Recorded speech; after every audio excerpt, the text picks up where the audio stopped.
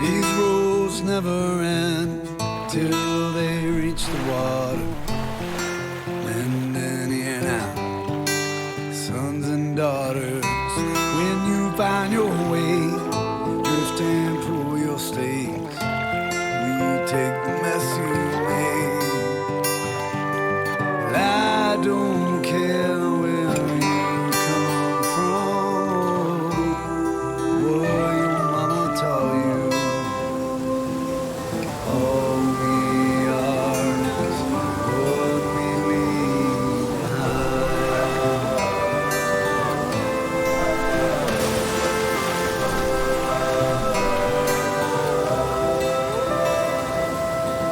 These roads never end till they reach the water, blending in and out, mothers and fathers. You are not alone, proofs in the flesh and bone. Young eyes watching you. Well, I don't care where you come from or what your papa taught you. All we are is what we leave behind. Will you burn it to the ground, bury what can be found in the soil under the sun? In the midst of all the chaos calling, will you run or guide the way from falling? Well, I don't care where you come from or what your mama taught you. All the lessons, right or wrong, don't. So one of the most fun parts about being an animator on this project is every now and then I would just get a really awesome model from Sync and I'd think to myself, how can I push this and how can I have fun with this? And I remember this raft for the character when we first got it. I think everybody was imagining it would be this static raft, and I remember early on we were trying to come up with a way to transition between when you were on the river and when you were on land, and we needed some kind of visual to cover that up. And so I kind of made this docking animation, and I was trying to figure out, is there going to be a rope on every dock that you tie to the raft? And then I just rigged up the raft so that the tire could come off and you could throw the tire over the dock. And as I did it, I thought to myself, oh no, Sync is going to kill me. I totally messed up his model to do this and probably stretching it. And he was like, he liked it. And that was kind of the beginning of the raft becoming a bigger and bigger thing. You know, he certainly didn't think in modeling or in the concept phase of creating that raft that it would be so modular or dynamic, and it was really cool to see Gwen work her magic through rigging and animation to make that thing come to life. You know, the way it would rock, the way the planks would come off, the way the tire was used. It's amazing for how few back faces were put into that model. Yeah. You keep in mind, I took the initial rafts and I made it have damage states and I made it so that things could fly off and stuff. And then after the fact, we decided that we needed to be able to upgrade the raft. We needed to be able to bolt all these other things onto the raft. And you had this temporary shelter that was always there, and that had to... Well, that was such a challenge, too, of trying to fit all that stuff into, what amounts to a few pixels on screen. And... Yeah, Sync crushed it with that stuff. Animating the raft is probably the most fun I've had across this game, because between the marina animations, the hit reacts, and the stuff flying off the raft. Definitely above and beyond what I thought we were going to end up with. I think it turned out pretty well, and it was a really fun collaboration with me and Sync. I really enjoyed doing that.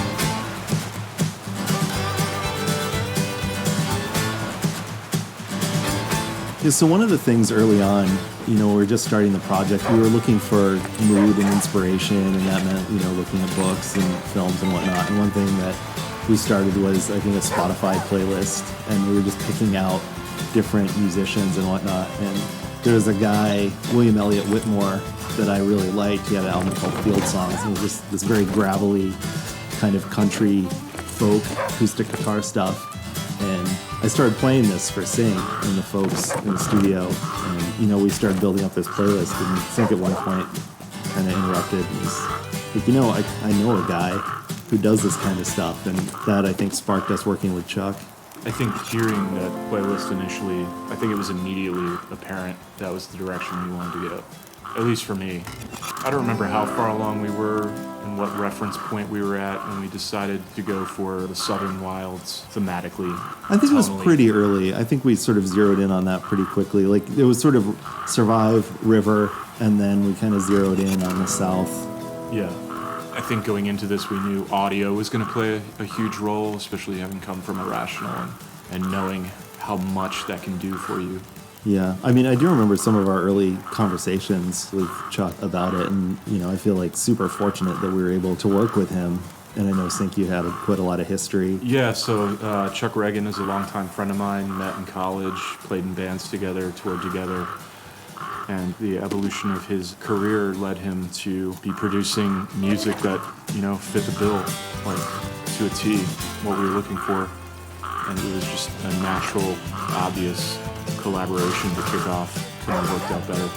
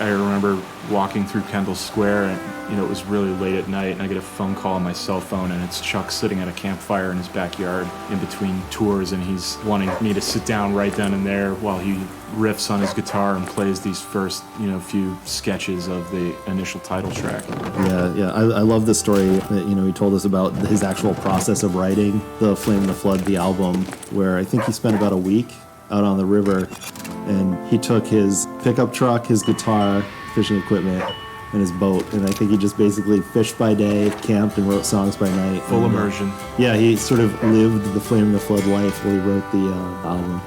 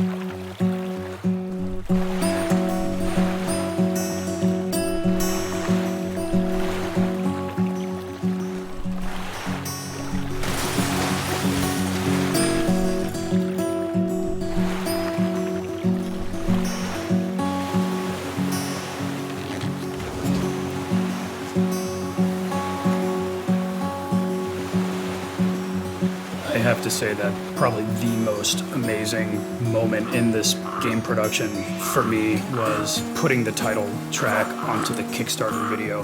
I had not been able to conceive what the video was going to feel like, and then when that music went on there, it was just so beyond perfect. And it turned out more perfect than we ever had any right to expect or hope for. I think so perfect that I think at one point when we were struggling with gameplay and systems, that I had jokingly suggested that we just made a backdrop for the soundtrack. You know, let's just let the raft go down the river and let the music play. I mean, I remember sitting in the pub around the corner here, and we put together a friggin' word cloud. And that's what Chuck got. Chuck got a word cloud, Yep. you know, of like us like free associating, you know, rustic themes. And out of that word cloud came the most perfect song that, as much as any other single element, defined what our game is. It was just, we won the lottery there. Yeah, absolutely. And I mean, I think just the quality of the music is why we took the approach we did, which isn't chop the stuff up or, you know, hide it in little flourishes or whatnot, but to just let the music play at different points, because it felt to me that was the correct use of the music in this particular game, rather than trying to torture it into a specific moment or like this needs to play exactly here, but rather sort of broke things up by mood. And then there's things that may trigger when you land and may trigger when you depart, but then you just get the song at that point.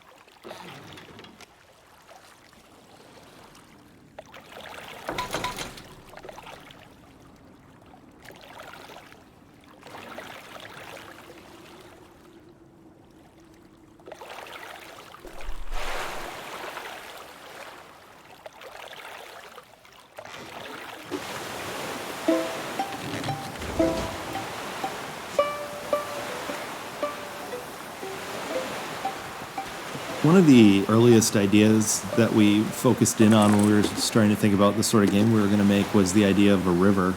And this came from like a really pretty simple place, which is just, I was really interested in the idea of making a survival game. And I was thinking about, is there some sort of a mechanic or something, some way that we could build the world that would force the player to move forward rather than become a game about hunkering down and building a base and that kind of thing. So I think, at least from a design standpoint, one of the earliest reasons we sort of zeroed in on a river. But Yeah, we knew we wanted to make a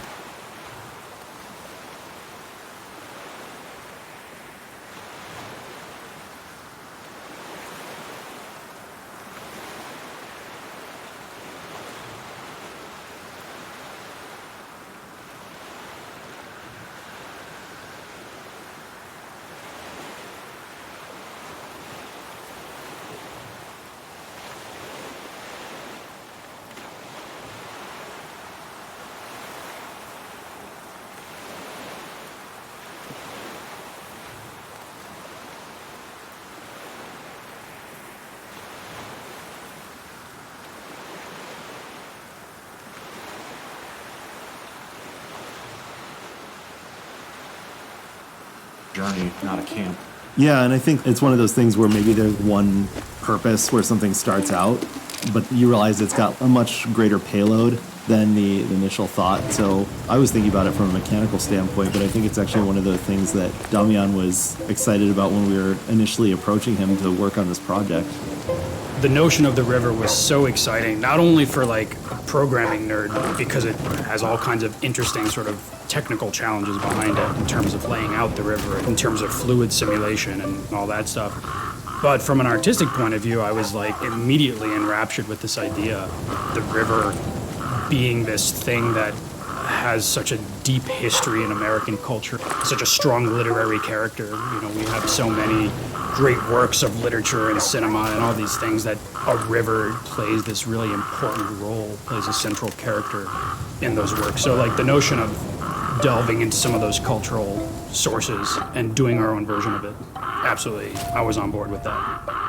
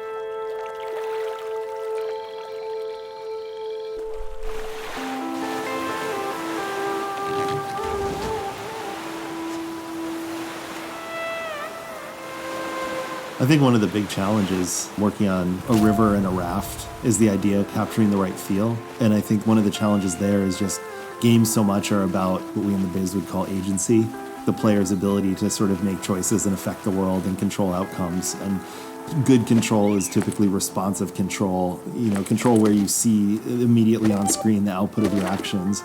But conversely, like the idea of this big powerful river it's sort of a thing where you don't have control. Which, if you've ever been whitewater rafting, it's like you're kind of just controlling a little bit. And it's super important that you have that bit of control so you're not just like crashing into stuff. But we spent a lot of time sort of tuning the power, like sort of the influence that the water has on the raft versus the control that you can then push back.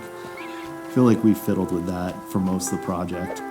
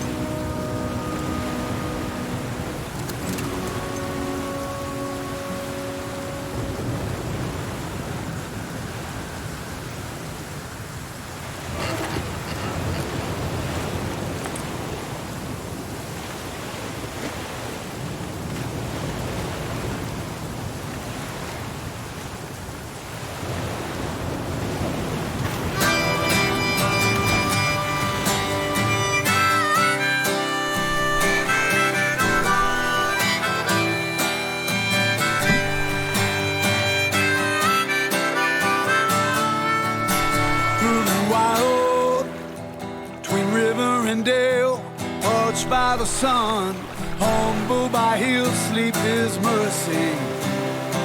Though I've away still I'm begging. Calling me grateful for. You sort of approach these things in a top-down kind of way, and we literally broke up the work in a top-down manner. Bryn worked on the very topmost level, which was sort of the system that just decided at a very, very macro level, very high level, which way is the river going to go? Is it going to curve slightly to the left or slightly to the right for the next 500-meter chunk of river? And from there, I went sort of a slight level down in detail. And my job was to take a bunch of island pieces and arrange them within a certain space so that it conformed to the high-level plan that Bryn had built, but also provided interest and the correct amount of density and that kind of thing. And for that process, some of the early sort of handcrafted pieces of river that Chad put together were really crucial. They really gave us an idea of like, what will it look like when these little chunks of island, little chunks of land are put together, are laid out? What will it end up looking like? And, you know, what kind of density of islands and shoreline and so on are we looking for? And then take those pieces and do a lot of nerdy coding work, and, you know, you sort of get this endless river out of it.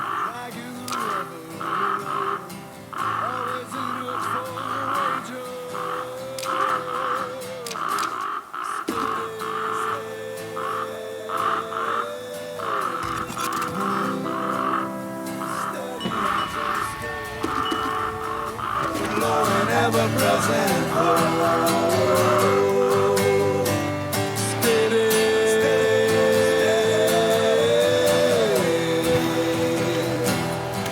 feel the still and know the journey was its way and go.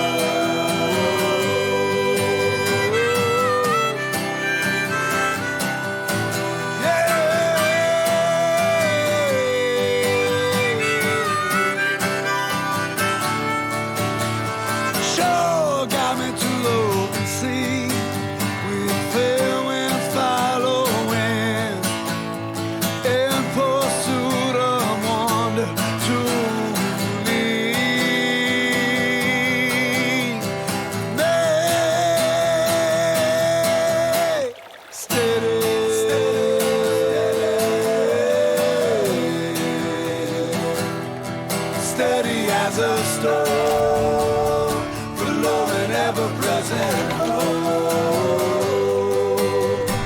Steady,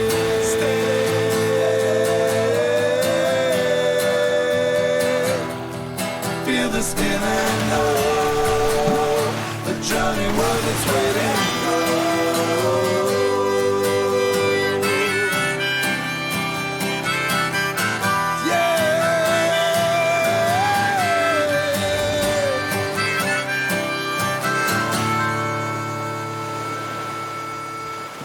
Yeah, I thought it was funny. You know, we all went from working on a big authored first-person action-adventure game to a small procedural, non-combat, not really story-driven survival game.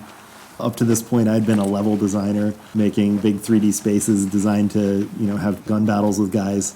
And so this was probably like the most opposite thing that I could do. Coming from a studio where everything was so plotted out on paper ahead of time in concept form or script form, and you're building exactly what you need to see or what illustration the editorial is calling for, and in this case we wanted some of that, but it was a new way of thinking, how to create environment and how to create a color story and a environment journey. Certainly. Yeah, it was certainly the first time for me doing anything procedural, and you know, I remember just putting together some of these initial islands and thinking about the shape of them and thinking I was being really drastic in the differences between them, but throwing them up into the game for the first time, they all look the same, you know? Like, how can I really accentuate the differences with size and silhouette and all of that, while not going too crazy and obscuring the raft if you go behind a particular landmass? But it was really fun to be able to instantly throw them in and see the results, and they were completely different each time.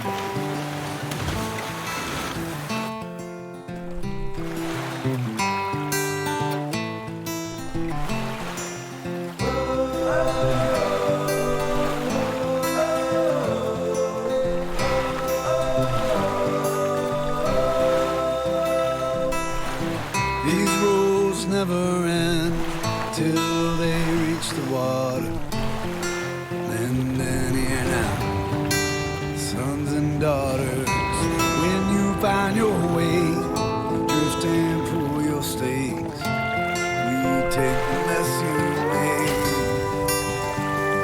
I don't care where you come from, what your mama taught you. All we are is what we leave behind.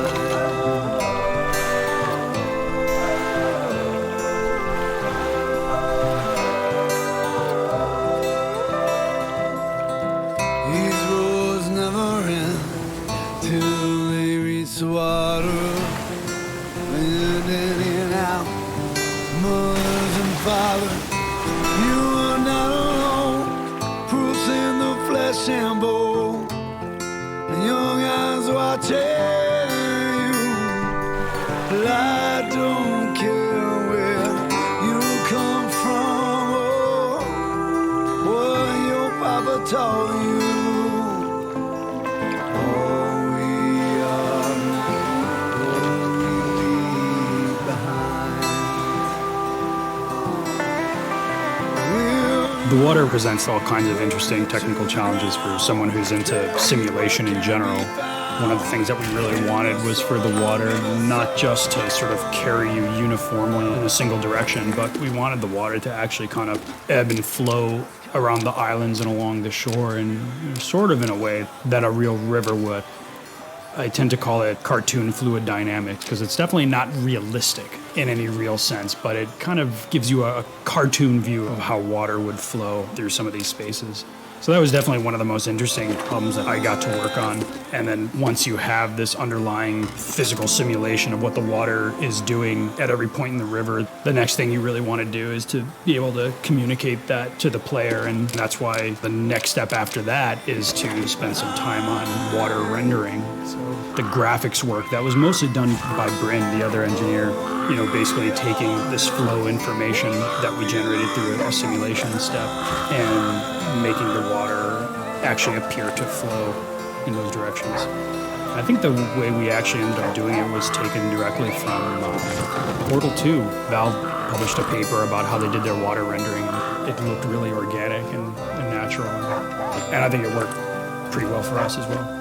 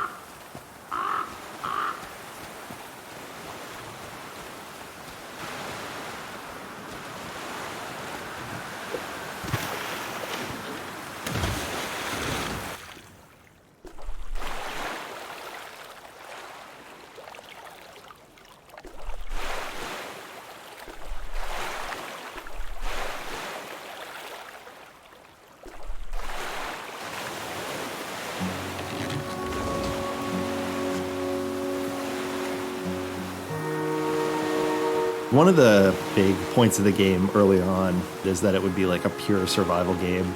All of the encounters that you had would just be a pure threat that you couldn't really do much about aside from trapping or planning your way around. But over the course of development, something that we learned in early access was that was frustrating. We ended up deviating a bit from that initial plan with the addition of things like the bow, which fell outside of maybe one of our initial goals in that it was an actual direct damage thing.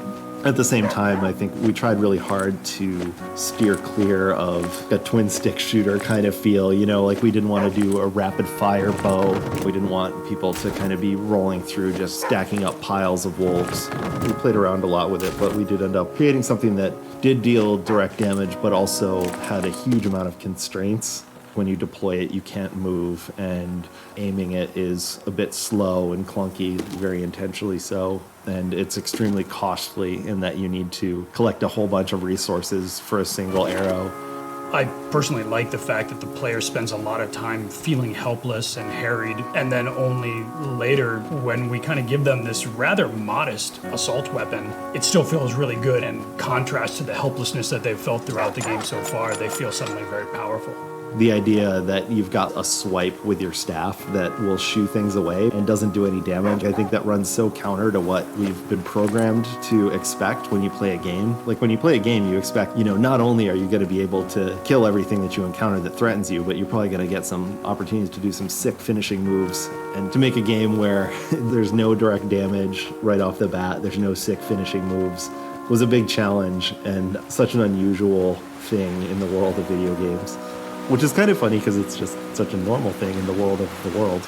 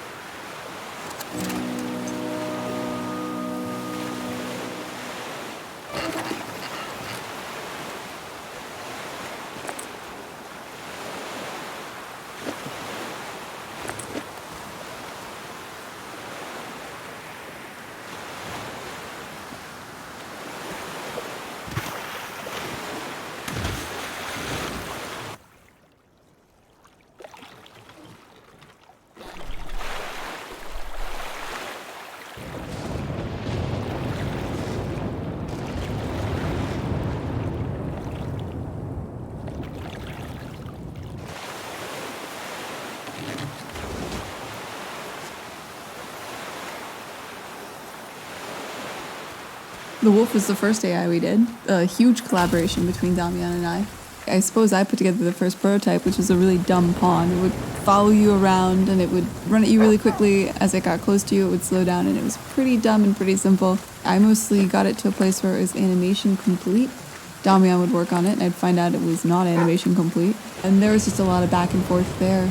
Yeah, I think one of the fun things about being an AI programmer is you end up being an AI designer as well. You have to have a great sensitivity to what the character is intended for, how the character is going to be experienced by the player, and sort of what functional role the character plays in the larger game. In most games that I've worked on, we've always divided characters up into sort of workhorse characters and then flavor characters. And to me, the workhorse characters are sort of the ones that are the most versatile. They're sort of like the meat of your AI interaction, of your gameplay experience. And then you sprinkle various spices on top of that meat for, more infantry, sort of cannon fodder type characters, and then bosses. But those workhorse characters end up being the ones that you see the most and sort of form the backbone of the experience. And so the wolf, for me, that was definitely our workhorse character for this entire game. We spent a lot of time tuning just how tightly does the wolf turn, and how quickly does it stalk you, and how close does it get to you, and how much can you scare it away. It was hard to know these things going in, and so there's a lot of back and forth there trying to figure that out. Wolves in video games tend to be characters that just kind of run straight at you and engage you, and wolves in nature are actually much more of a harassing, stalking kind of character, so that informed the way that our wolves behave. They don't run straight at you. They kind of like hang out on your periphery just outside of your arm's reach. And then when they see an opportunity, they rush in and nip you and wear you down over a long period of time. So that was the kind of experience I think we were looking to create with the wolves.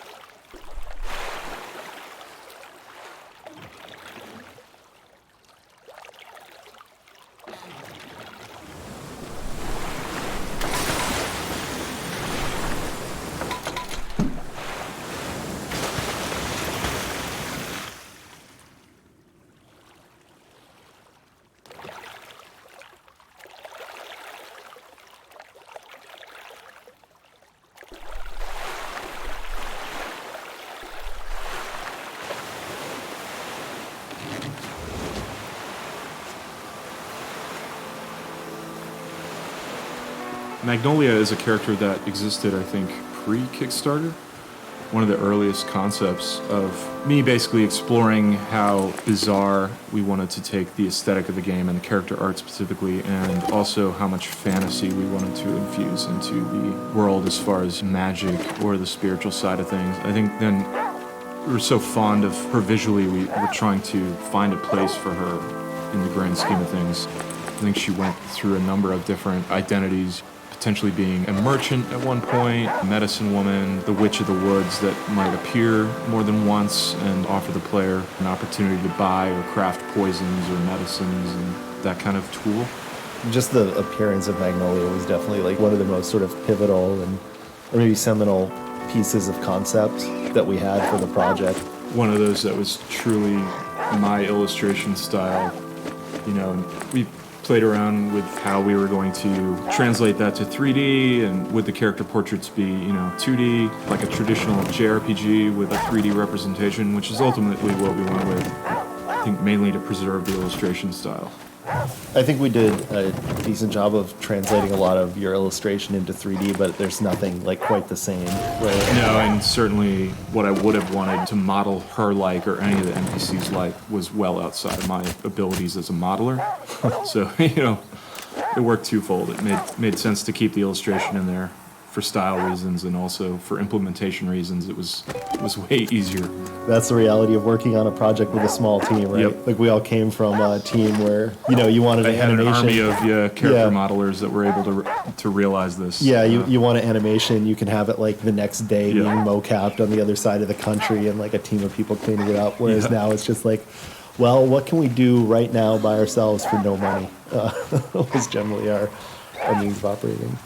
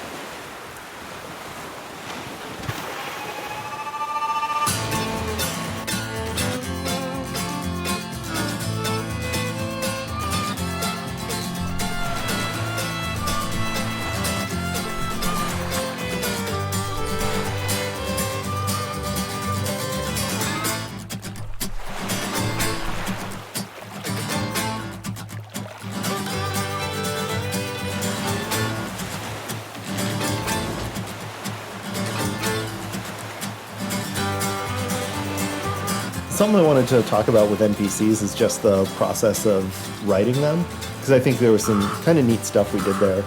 If anybody's familiar with Twine, it's a tool that people use to make interactive fiction, like choose your own adventure kind of stories that display on the web, and it's really easy to work with.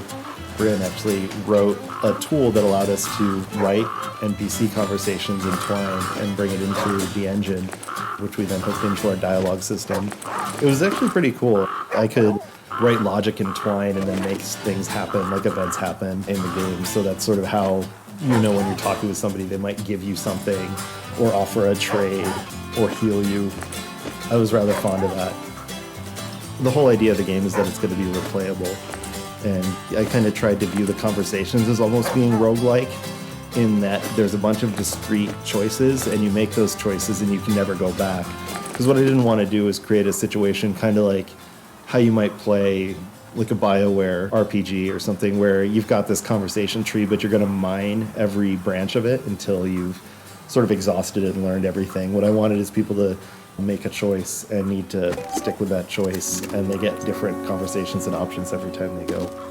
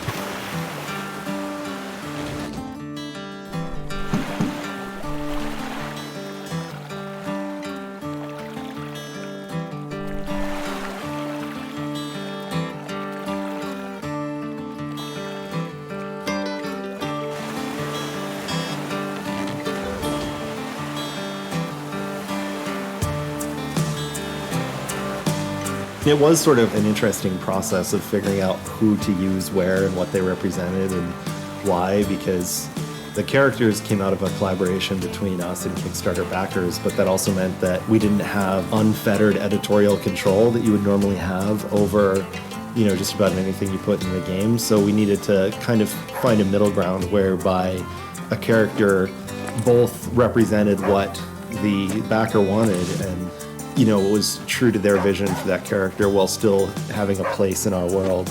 And I think we did end up having a back and forth with some folks where what they wanted was maybe outside of the tone. Our pace or our tone or color story. Trying to force these characters into a certain space. Yeah. Figuring out how to make the peg and the hole match in a bunch of instances where, you know, we needed some sort of character to be operating a dam at one point, and we needed another character to fix up your raft at another point, and we just sort of need to like look at our bucket of parts and figure out like, all right, well, we have these 10 people, who can we cast into each role, and how do we make this all work?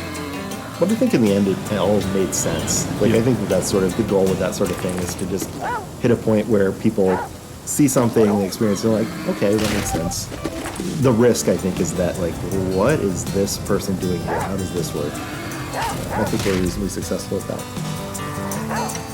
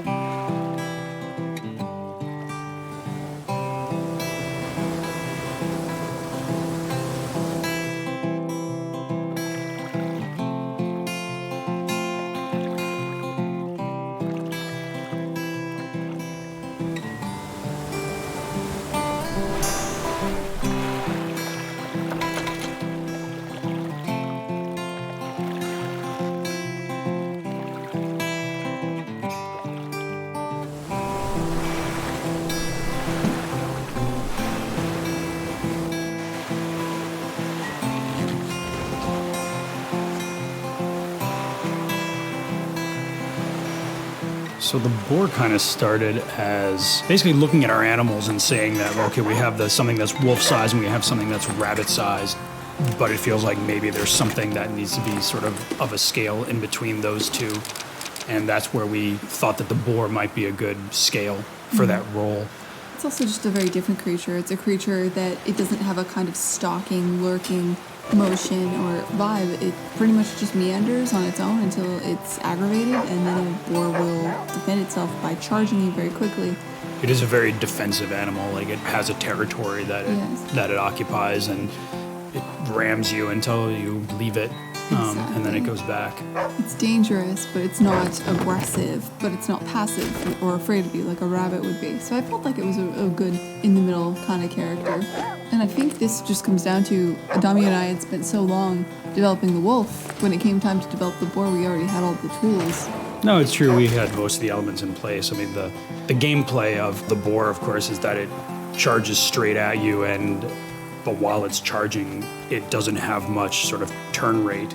So unlike the wolf, which is sort of more about you kind of swatting at it to keep it outside of a danger zone from you, the boar is about luring it and then dodging and trying to do things in the world like collect plants or other resources while also dodging this boar in this pretty complicated physical environment. I thought that turned out actually pretty well. Yeah, I thought the boar actually turned out to be better than the wolf in a lot of ways, even though maybe perhaps it was a little bit simpler under the hood. The idea that you could convince it to charge in a direction and then kind of juke it and have the boar end up injuring itself or slam into the environment and kind of like stun itself a little. I thought that was really a fun character to play against.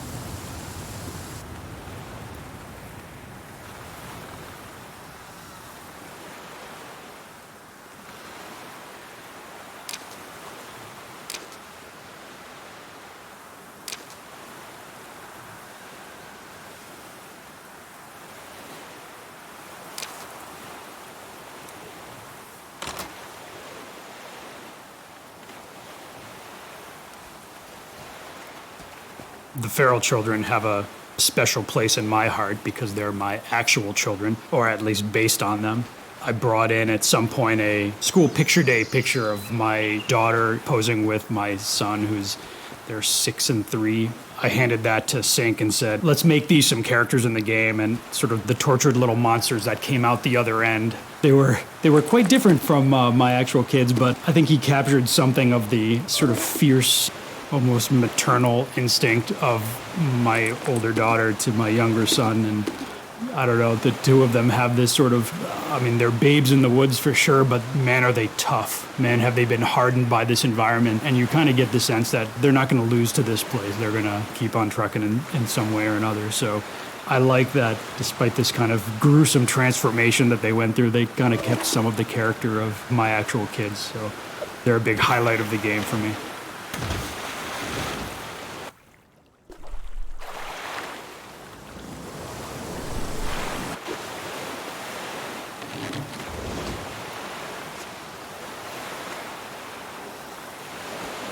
So the traps are really, really fun. Every part of them. I deeply enjoy animating things that are stationary and that aren't necessarily characters that people wouldn't anticipate being animated. But animating the actual box trap being built or the snare trap being built was pretty fun. And I feel like it's a lot more satisfying than just seeing a progress bar. It's a lot more fun to actually see it being built visually in front of you. I think the box trap being constructed is where we all realized how absolutely insane Gwen actually is. Because she took a job which should have been a very easy thing, a single solid object with one hinge on it that drops down when the rabbit goes into it. Instead, she broke it up into every individual stick inside of it and then animated every stick taking its place in the larger construction as you build it. That was something where we're like, oh my God, Gwen. Well, that's just crazy. Maybe I have too much free time. Maybe.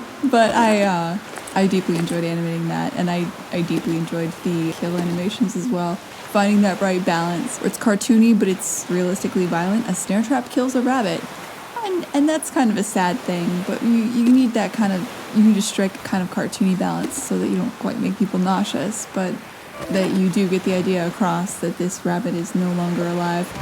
I mean, I think what worked well with that also was the fact that the rabbits are not this cuddly, cute little rabbit like you might see. There's something kind of more in common with Watership Down rabbits, which are pretty brutal, than I don't know what. Yeah, these aren't cute, cuddly cute rabbits, yeah. Cartoon characters. These are definitely these are rabbits that have seen some things.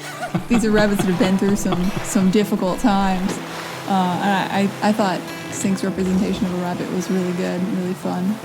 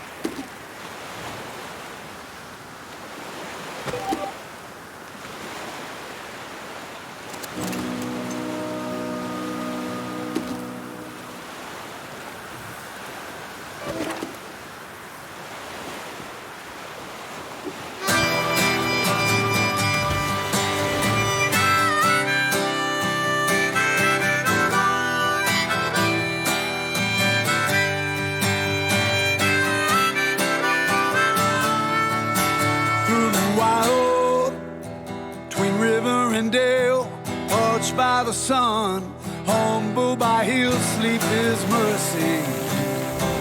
Though I've a way, still I'm begging.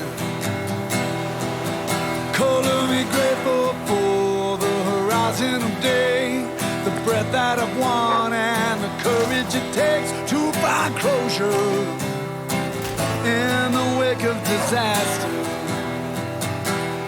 Oh, to find savior in the way of the water.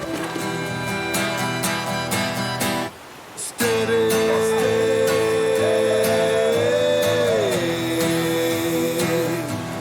Steady as a stone, but Lord and ever present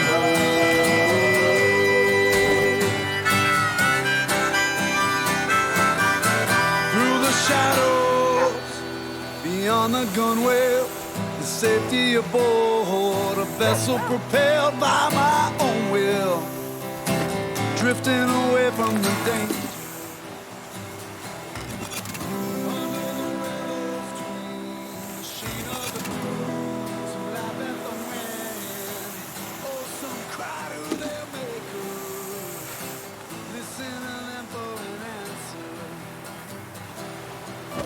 Dragging the river, always in it for a wager. Steady,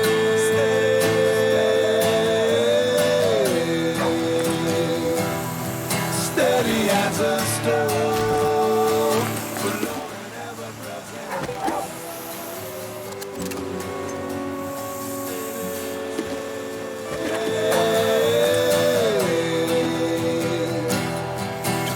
Still I know the journey was its way and go.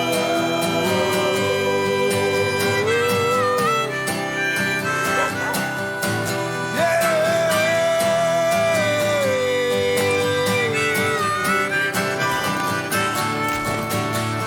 Sure got me to the open sea with fair winds following in pursuit of